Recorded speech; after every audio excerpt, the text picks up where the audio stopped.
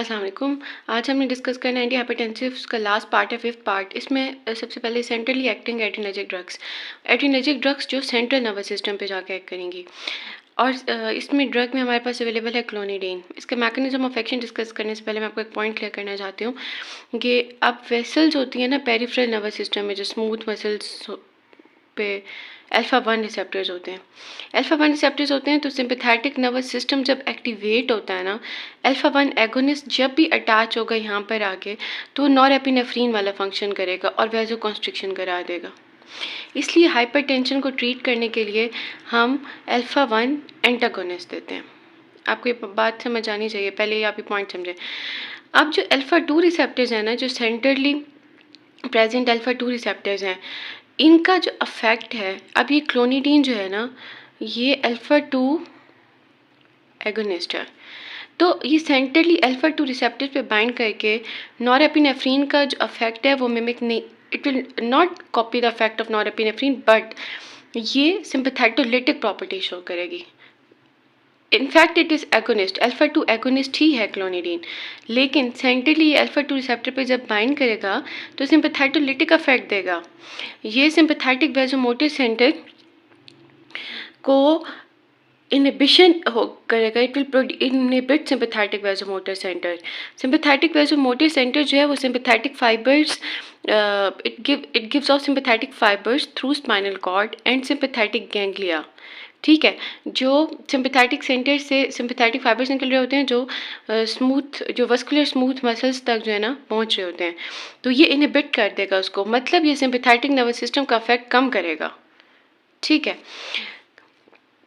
ये sympathetic outflow जो है पेरिफ्री तक, मतलब पेरिफेरल नर्वस सिस्टम में सिंपैथेटिक आउटफ्लो कम होगी, वही सिंपैथेटिक नर्वस सिस्टम का इफेक्ट कम होगा, तो रेजिस्टेंस कम हो जाएगी। पेरिफेरल नर्वस सिस्टम में जो वस्कुलर स्मूथ मसल्स में जो रेजिस्टेंस ज़्यादा थी ना, अब वो वैसो डायलेशन हो जाएगी, वो डायलेट कर जाएंगे, जो वस्कुलर स्मूथ मसल्स होंगे वो डायलेट हो जाएंगे और ब्लड प्रेशर जो है वो ड्रॉप कर जाएगा। ठीक है, फिर हमारे पास ये है कि क्लोनिडीन जो है हम तब यूज़ करेंगे तब हाइपरटेंशन को ट्रीट करने में यूज़ करेंगे that is not responded to other hypertensive drug. ठीक है, फिर इसका ये एक एडवांटेज भी है। एडवांटेज इसका ये है कि ये डिक्रीज़ नहीं करता रीनल ब्लड फ्लो को या ग्लोमेरुलर फंक्शन रेट को। तो it is useful in treatment of hypertension that is complicated bye renal diseases. फिर हम इसकी फार्माकोकाइनेटिक्स देखेंगे, एब्जॉर्प्शन, डिस्ट्रीब्यूशन, मेटाबॉलिज्म, एलिमिनेशन, कि हमारी बॉडी ड्रग के साथ क्या करती है। ये ओरली जब हम इसको लेते हैं तो ये इसकी एब्जॉर्प्शन अच्छी होती है, एक्सक्रीशन इसकी थ्रू किडनी होती है, और ये पैचेस की फॉर्म में भी अवेलेबल होता है, क्लोनिडीन के पैचेस अवेलेबल होते हैं। ठीक है, जो सस्टेन इफेक्ट रखते हैं। ठीक है, ताकि सस्टेन इफेक्ट रहे, क्लोनिडीन रिलीज होती रहती है और ब्लड प्रेशर जो है वो कंट्रोल में रहता है। ठीक है, इसके एडवर्स इफेक्ट्स में सीडेशन है, ड्राई माउथ और रिबाउंड हाइपरटेंशन। अब ये रिबाउंड हाइपरटेंशन क्या चीज़ है? रिबाउंड हाइपरटेंशन ये है कि जैसे ही हम एंटी हाइपरटेंसिव ड्रग्स लेना बंद कर देते हैं तो हमारे जो ब्लड प्रेशर है ना वो इंक्रीज हो जाता है। ठीक है, एब्रप्टली विड्रॉल जब हम कर देते हैं तो इसका सलूशन ये होता है कि हम ड्रग को आहिस्ता आहिस्ता डोज को कम करें। अचानक से कम मतलब बिल्कुल ही लेना बंद नहीं कर दें, बल्कि टेपर ऑफ करें, उसको ड्रग की जो डोज है वो आराम आराम से कम करें। ठीक है, मिथाइल डोपा नेक्स्ट जो है, ये भी अल्फा 2 एगोनिस्ट ही है।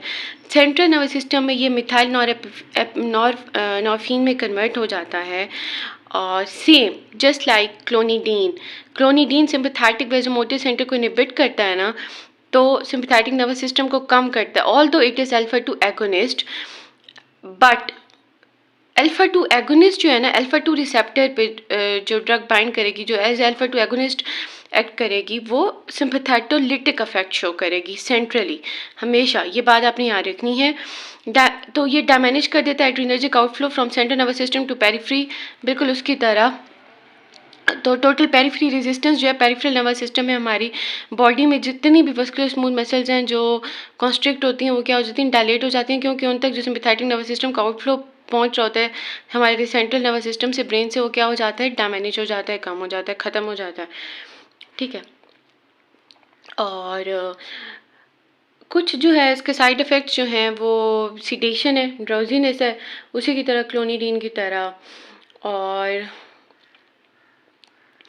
बाकी जो है ना, एक बहुत इंपॉर्टेंट ये एमसीक्यूज भी आ सकते हैं, और ये चीज़ याद भी रखनी है कि जो मिथाइल डोपा है, ये management of hypertension in pregnancy where it has a record of safety. Gestational hypertension को ट्रीट करने के लिए उसकी मैनेजमेंट में ना बेस्ट ड्रग जो अवेलेबल है, बिल्कुल जो सेफ है, वो है मिथाइल डोपा, ठीक है।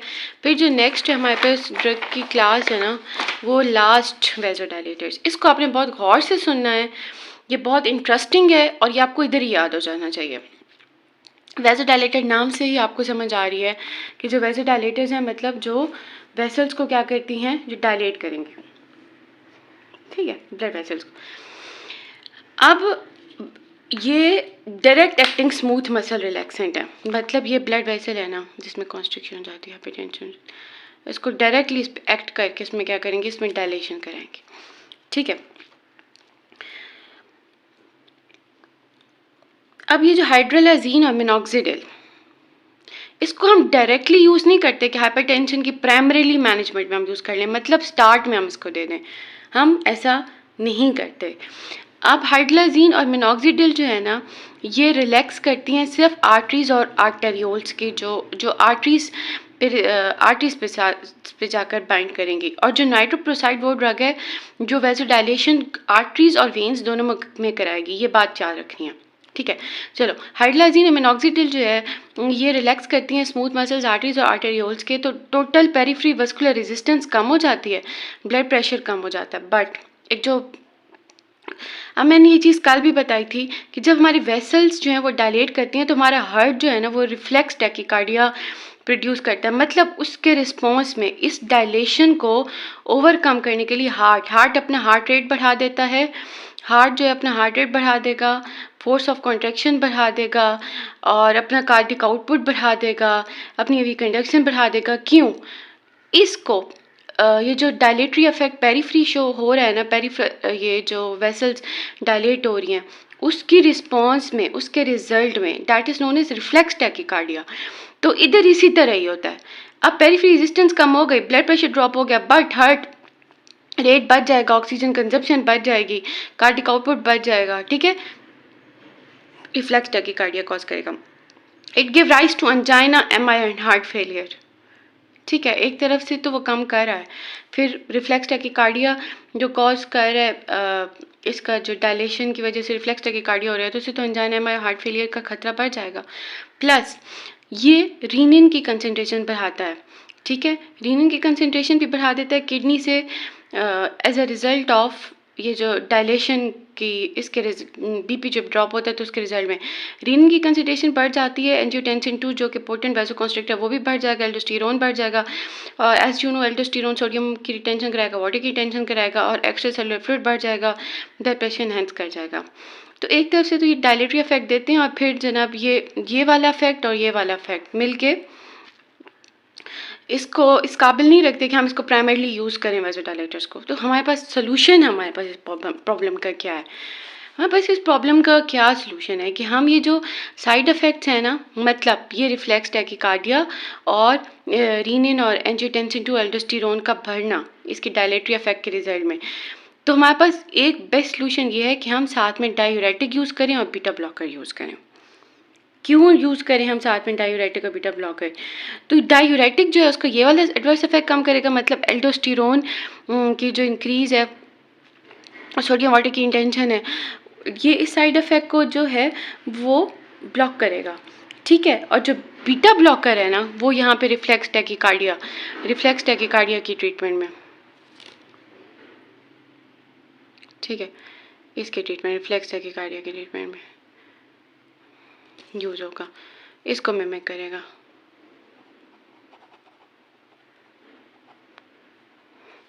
और डायूरेटिक जो है ना, ये जो एल्डोस्टेरोन बढ़ है उसको उसका इफेक्ट ख़त्म करेगा। तो ये जो ट्रायो बन जाएगा ना, ये 3 ड्रग्स मिलके कार्डिक आउटपुट को कम करेंगी, प्लाज्मा वॉल्यूम को भी कम करेंगी, टोटल पेरिफेरल रेजिस्टेंस को भी कम करेंगी। ठीक है, गेस्टेशनल हाइपरटेंशन के लिए ये ड्रग्स जो हैं वो ठीक है, अच्छी हैं गेस्टेशनल हाइपरटेंशन को ट्रीट करने के लिए। बाकी headache, tachycardia, nausea, sweating, arrhythmias और प्रेसिपिटेशन ऑफ एंजाइना, ये इसके एडवर्स इफेक्ट्स हैं। And it can also cause lupus like syndrome. Lupus like syndrome इस तरह होता है कि हमारी जो बॉडी है उसकी हमारी जो एंटीबॉडीज़ बन जाती हैं हमारे अपने इम्यून सिस्टम को अटैक करने के लिए। बाकी मिनॉक्सिडिल का ये बात आपने याद रखनी है, जिस तरह मिथाइल डोपा के बारे में ना कि गेस्टेशनल हाइपरटेंशन के बिल्कुल सेव है। मिनॉक्सिडिल का एक साइड इफेक्ट है हाइपरट्राइकोसिस। हाइपरट्राइकोसिस ये है कि बॉडी पे ग्रोथ करवाती है, हेयर की बहुत ज़्यादा ग्रोथ करवाती है। तो मेल पैटर्न बैल्डनेस को ट्रीट करने के लिए यूज़ होता है। मिनॉक्सिडिल के स्प्रेस भी आते हैं, अवेलेबल हैं, जो कि हेयर की ग्रोथ करवाते हैं और ये मार्केट में अवेलेबल हैं। इसका जो ये साइड इफ़ेक्ट है ना, इसको हमने एज अ यूज़ ले लिया हेयर ग्रोथ के लिए, क्योंकि हेयर ग्रोथ कराता है। तो जहाँ लोगों में ऑब्वियसली जिनके इशू होता है हेयर ग्रोथ का, तो वहाँ पे ये इफेक्टिव है और ये वाकई इफेक्टिव है। ठीक है, हाइपरटेंसिव फिर कुछ टर्म्स हमने एंड में देखनी है। ओके, अब हम देख रहे हैं हाइपरटेंसिव इमरजेंसी। हाइपरटेंसिव इमरजेंसी एक रेयर लेकिन लाइफ थ्रेटनिंग कंडीशन है जो ब्लड प्रेशर इंक्रीज हो जाता है। सिस्टोलिक प्रेशर जो है ना 180 से ज़्यादा बढ़ जाता है और डायस्टोलिक जो है 120 से बढ़ जाता है। ठीक है, विद इम्पैंडिंग और progressive target organ damage, like brain पे अगर ये डैमेज करेगा तो स्ट्रोक कॉज करेगा और हार्ट में तो माइकार्डियल इन्फार्क्शन। इतना ब्लड प्रेशर बढ़ जाता है कि एज ए रिजल्ट इसका ये होता है कि साथ में कोई एंड ऑर्गन डैमेज होता है। लेकिन अगर ब्लड प्रेशर इतना ज़्यादा बढ़ गया और साथ में कोई टारगेट ऑर्गन डैमेज नहीं होता तो उसको हम हाइपरटेंसिव अर्जेंसी कहेंगे, उसको हम एमरजेंसी नहीं कहेंगे। उसके लिए हम अर्जेंसी का टर्म यूज़ करेंगे। अब हाइपरटेंसिव एमरजेंसी जो है उसको आप मैनेज कैसे करोगे? उसको आप मैनेज करोगे बीपी रिड्यूस करके। आईवी अगर हम एडमिनिस्टर करें, बाकी सारी हाइपरटेंसिव ड्रग्स जो हमने through out the chapter discuss किए हैं, जिस तरह की हमने डिस्कस की, सीसीबी डिस्कस की, ठीक है, सेंट्रल नर्वस सिस्टम वेजोडाइलेटर्स देके और डोपामीन एगोनिस्ट फिनोल डोपाम देके आईवी हम एडमिनिस्टर करें एंटी हाइपरटेंसिव ड्रग, तो हम इसको फौरन से कंट्रोल कर सकते हैं। फिर हमारे पास एक और टर्म है रेजिस्टेंस हाइपरटेंशन। रेजिस्टेंस हाइपरटेंशन का ये मीन्स के जब ब्लड प्रेशर जो है ना वो above the goal रहता है despite administration of an optimal 3 drug regime that include the diuretic. हमने एक हाइपरटेंसिव एक पेशेंट की ट्रीटमेंट भी कर रहे हैं, जो हमारी रिजीम है ना उसमें 3 ड्रग्स एंटी हाइपरटेंसिव अवेलेबल हैं और उसमें डायूरेटिक भी अवेलेबल है, और फिर भी ब्लड प्रेशर जो है वो अपने गोल तक नहीं आ रहा, उतना कम नहीं हो रहा है जितना उसको कम होना चाहिए। इसकी मल्टीपल कॉजेज़ होती हैं, इसको रेजिस्टेंट हाइपरटेंशन कहते हैं। इसकी मल्टीपल कॉजेज़ ये होती हैं कि पुअर कंप्लायंस, जो डॉक्टर और पेशेंट है वो डॉक्टर की प्रिस्क्रिप्शन सही से फॉलो नहीं कर रहा, या वो एथेनॉल इनटेक उसकी ज़्यादा है, या फिर वो डायबिटिक है, ओबीस है, या फिर वो साथ में हाइपरटेंसिव ड्रग्स तो ले रहा है लेकिन साथ में एनसेड्स, कॉर्टिकोस्टेरॉइड्स और सिम्पैथोमाइमेटिक्स भी ले रहा है, जो कि हाइपरटेंशन की इफेक्ट जो है उसको कम कर देती हैं, या फिर वो डोज ठीक नहीं ले रहा। ठीक है, मल्टीपल कॉजेज हो सकती हैं। तो एंटी हाइपरटेंसिव का चैप्टर हमारे यहाँ पे ख़त्म हुआ, और आपको जो भी क्यूरी है, जो भी क्वेश्चन आपने करना है वो आप मुझे पूछ सकते हैं। इंशाल्लाह मैं उसका रिप्लाई ज़रूर करूँगी, और जो आपको समझ नहीं आया वो आप दोबारा से पूछ सकते हैं, तो वो मैं दोबारा से एक्सप्लेन कर दूँगी। Thank you so much.